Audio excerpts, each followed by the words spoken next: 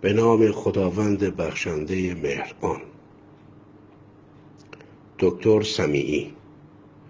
چگونه سکته نکنیم. امروز راز مهمی را که حاصل تحقیق چند سالم است به شما خواهم گفت. می‌دانید بیشترین تعداد سکته مربوط به اول صبح است؟ چرا؟ این همان رازی است که به مردم گفته نشده. وقتی فردی شام پرچربی بخورد، حدود 8 ساعت بعد، یعنی نزدیک اذان صبح، شیرابه غذا از معده وارد روده‌ها شده و چربی زیادی جذب خون می شود. به این ترتیب ویسکوزیته یا همان چسبندگی و غلظت خون بالا می رود. اول صبح سردترین موقع روز است. بدن در خواب بوده و ضربان قلب و فشار خون در پایین ترین حد خود است. پاها که دورترین نقطه به قلب هستند، با قلب در یک سطح افقی قرار دارند. پاها که سردترین نقطه بدن هستند، اغلب از پتو بیرون بوده و سردتر می شوند. به همه اینها افزایش چربی و غلظت خون را هم بیفزایید تا پازل لخته شدن خون در انتهای پاها تکمیل گردد. چنین فردی وقتی صبح برای نماز یا دستشویی بیدار می شود، چند تا پله را بالا می رود یا برای خرید نان تا سر کوچه می رود. بدنش گرم شده و ضربان قلب بالا می رود. فشار خون بیشتر شده و لخته ها از پاها کنده شده و وارد جریان خون می گردد. وقتی فرد حرکت می کند یا سر به سجده می گذارد، لخته وارد مغز شده و رگی را مسدود می کند. به دنبال آن فرد سکته مغزی می کند. بعد می گویند خوش به حالش، موقع نماز مرد، خدا بیامرزدش. اگر هم زنده بماند، بخشی از بدنش از کار می افتد. بستگی دارد کدام رگ و چقدر آسیب دیده باشد.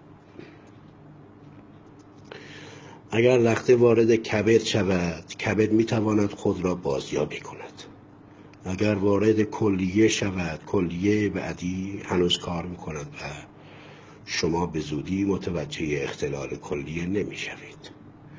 اگر لخته در پاها بماند، واریس ایجاد می کند. اگر لخته وارد قلب یا مغز شود، سکته خواهد کرد. پیشگیری: 1. انسان به 40 سالگی رسید، نباید شبها غذای چرب بخورد که تا صبح سکته او را تهدید می کند. 2. اگر هم میهمانی بودید، کم بخورید. 3. حتما بعد غذا کمی سرکه یا آب لیموی طبیعی بخورید. 4. قبل خواب چند لیوان آب بخورید که سیراب شوید، به حدی که برای دستشویی رفتن بیدار شوید تا خونتان غلیظ نشود، چون غذاهای چرب آب بدن را میکشند. 5. در فصل سرما پاهای خود را با پوشیدن جوراب گرم نگه دارید. کرسی بسیار مفید بوده و یکی از دلایل طول عمر و سکته نکردن قدیمی هاست. درمان سکته بسیار مشکل است و اغلب اگر فوت نکنند فلج خواهند شد که عمدتاً غیر قابل برگشت است، زیرا ضایعه مغزی و اعصاب قابل ترمیم نیست. در کشورهای غربی آمپولی از ترکیبات بزاق زالو که سریعاً لخته ها را حل و برطرف می کند، در 3 ساعت اول به بیمار تزریق می شود. اگرچه این آمپول در کشور ما یافت نمی شود، اما بهتر از آن زالو درمانی در ساعات اول سکته است.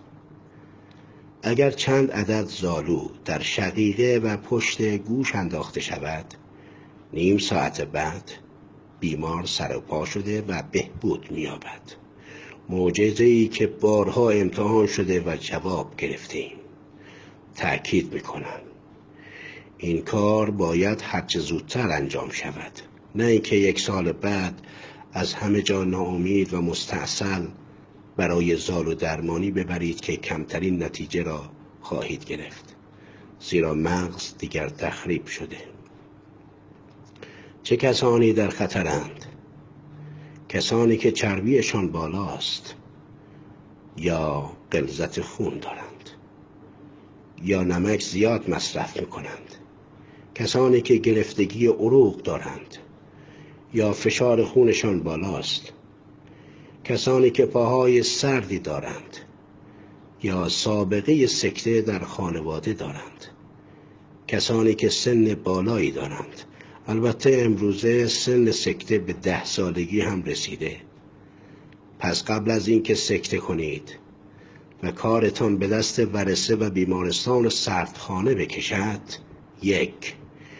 پیشگیرانه زالو درمانی کنید تا گرفتگی‌های احتمالی در قلب یا مغزتان رفع شود. 2. حجامت کنید که در رفع غلظت خون بسیار مؤثر است. 3.